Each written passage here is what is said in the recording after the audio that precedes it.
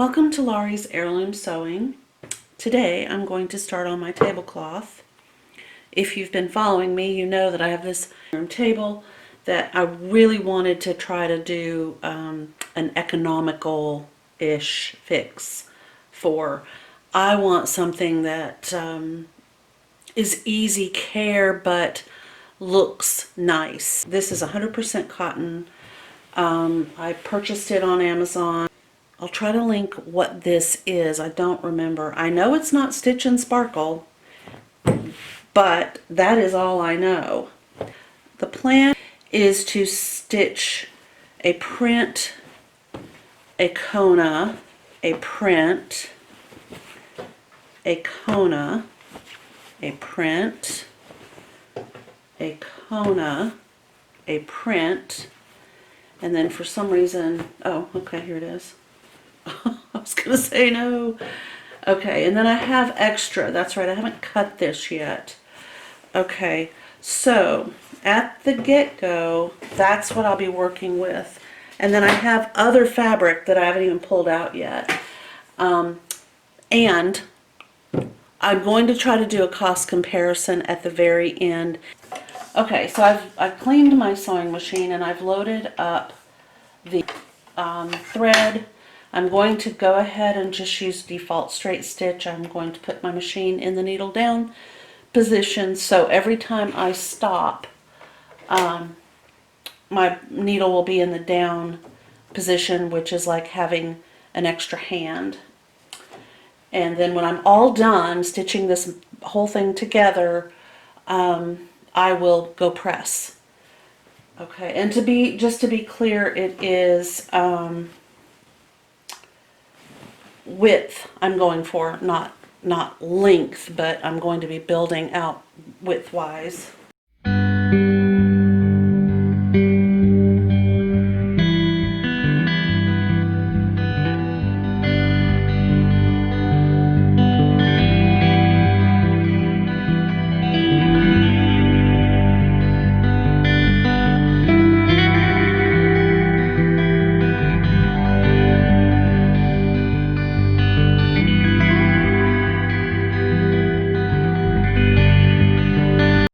I am back.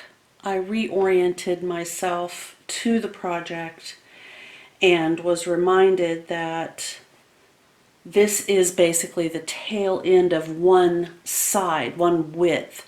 So I'll be making this whole section again, and all that fabric is currently in line in the dining room on the table. And I mean, I'm not kidding. As I said, the table is huge. So that's why I have to do this twice and then attach them together, and then I can trim as needed for the hem. That should be an interesting project.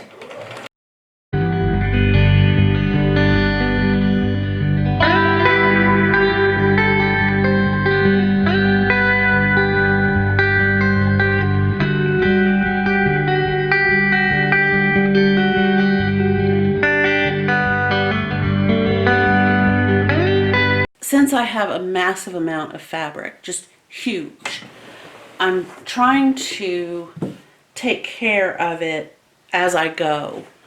And what I mean by that is I'm checking for things like this. I'm making sure that I have caught all of the fabric. I don't want a surprise, in other words, as I'm going. When I get into the really serious construction piece of this project, I don't want to have, you know, I've got to go backwards in time and try to fix something that I could have easily fixed now during the early phase. Okay, so this is the 5 panels right here that I have to do this again. And then there will be this phase where I'm putting this one together with the other one, and then I'll be trimming all the way around.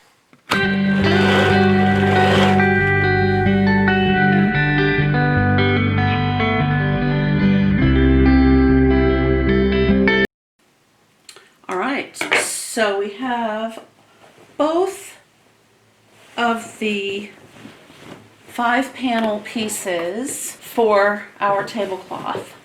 So what I now need to do, I was going to go ahead and do the zigzag stitch on these basically horizontal seams, but I will be seaming both of these pieces somewhere in the center, and I don't want these to be I don't want this right here to be zigzagged down until I know exactly what that plan looks like. So I'm going to go lay out both of these 2 panels on the table. All right, so I am letting the tablecloth pieces sort of hang out on the tablecloth, and I'll show you what I mean. I took some photos. I will post these with the video. I think they'll be easier to see, but just for now, those little blobs in the, those are all my pattern weights. So I'm just kind of letting all of this just kind of hang and maybe pull out a little bit before I start stitching the 2 halves together. So there we go. And that right there is the center line. So this piece and the piece over here on this side that you really can't see very well, those 2 have to meet up in the middle. Let me see if I can get back to that first picture right here. They have to meet up perfectly right down the center line. So almost like a quilt, very much like a quilt. So I really want that drape to kind of hang out. I'm going to let it do probably the rest of the day. It's 1:03 my time, Mukilteo time. So probably tomorrow morning, if I just let it hang out, kind of relax, and then I'll press it, and then we'll just pick up. We'll just do like a part 2, putting it together. And then based on what I'm seeing from the drape down here on the floor, I'm almost thinking I'm just going to go ahead and do the rectangle as opposed to the oval shape. I do like having that extra. This is the curve of the table right here as it's coming around, and I like having this extra print visible right here. And if I were to do just cut it perfectly around in the oval shape, I fear I might lose some of that drape. So anyway, I just kind of want to keep it. I like the way, now this isn't lined up perfectly straight. This is the opposite end of the table looking west across the dining room table. And I have more on the, what side is this? I have more on the east side of the table than I do over here. So it's hitting the floor on this side. It's not quite hitting the floor on this side, but that's just an adjustment that you make after you've gotten it all done and hemmed, and you know how long you want it on both sides, etc., etc. So in any case, I am very pleased with the way it has turned out. It has sort of a formality, yet almost like a French country look to it. I like the way that it matches the dining room rug, which I don't know. That's kind of the dining room rug, and this is obviously the tablecloth. They have kind of a similar vibe. The colors in this picture look horrible, but the background, the lighter background that you see in the rug, is really the same color as the tablecloth. Lighting, right? So anyway, I am quite pleased with how it, so far, how things are kind of meshing in there. And I am going to do a little review of the embroidery. I'm going to go ahead and do a little bit of an embroidered bit here.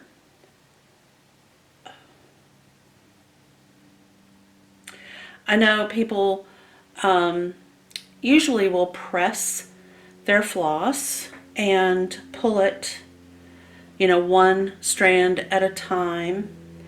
I have found that works, but I prefer to do it like this because it pulls, in my world, it pulls the curly Q out. It's like, now it's nice and flat. Now I could take it over to the ironing board and just go whoop, and it would be amazingly perfect. But that would mean I'd have to get up out of my chair, and I'm kind of not digging that vibe at the moment. Okay, so it's a number 8 crewel needle. Okay, and right here in this spot right here, I think I'm going to attempt to do something I was having difficulty doing earlier today.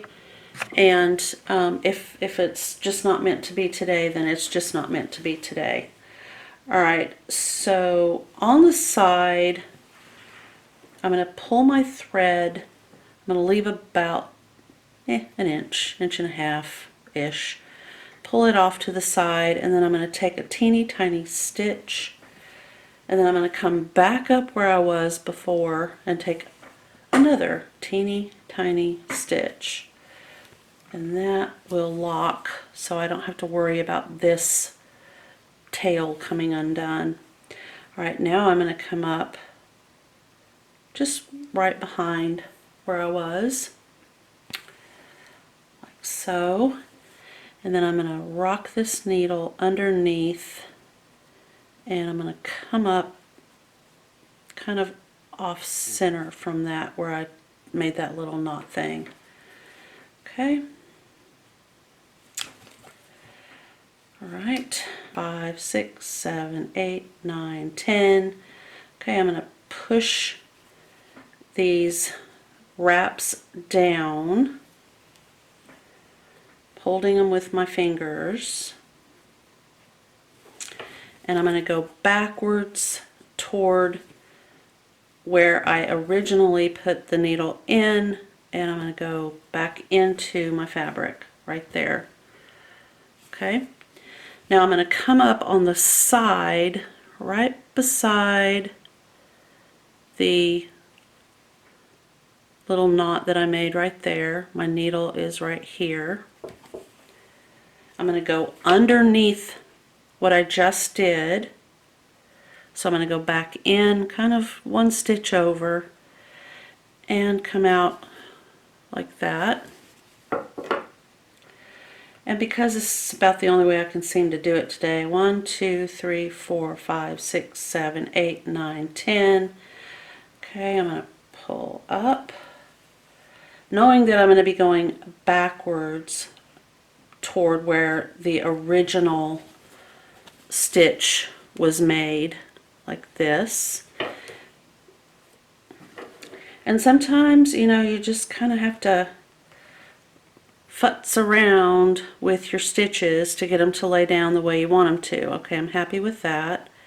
So I'm going to pull this right back through like that. And then I'm just going to continue around. I'm going to come up on the side. Here's my needle. I'm going to go behind it, that stitch I just made. I'm going to come up like this, pull the needle through. Now I need the single strand. I'm not doing it with a double. So the single strand of floss. So 1, 2, 3, 4, 6, 7, 8, 9, 10. Whoop. And this is pretty much what started happening. I will say I was a little distracted by the Cowboy Way, Alabama. So I was watching that, and 4, 5, 6, 7, 8, 9, 10, and not really thinking about what I was doing. So that might have had something to do with it. I don't know. All right. And then again, I just need to kind of fiddle with the stitches. I like to use the point of my needle. It's a lot easier. Okay, and then I'm going to go in and pull that down, and I'm going to come up halfway.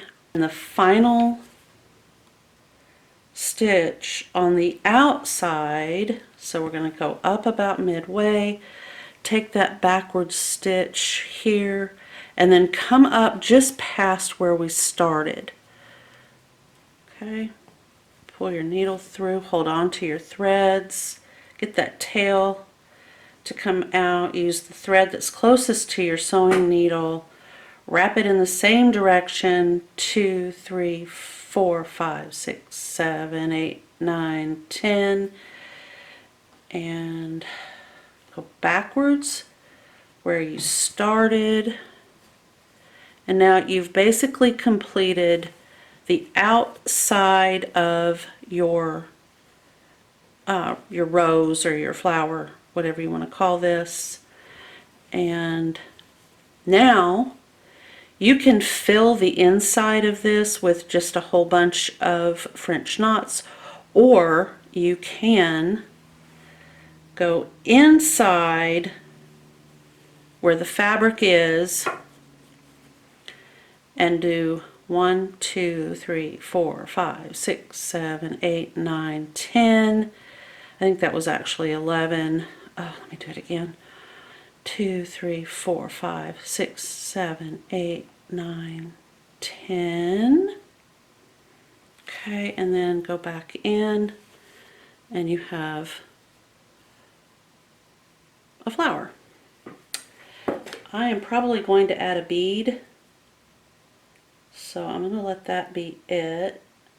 And then just, you know, lock off. I usually kind of weave back and forth, over and under, over and under. I don't like to tie a knot. And then snip, and tra-la-la, you're ready to keep on going.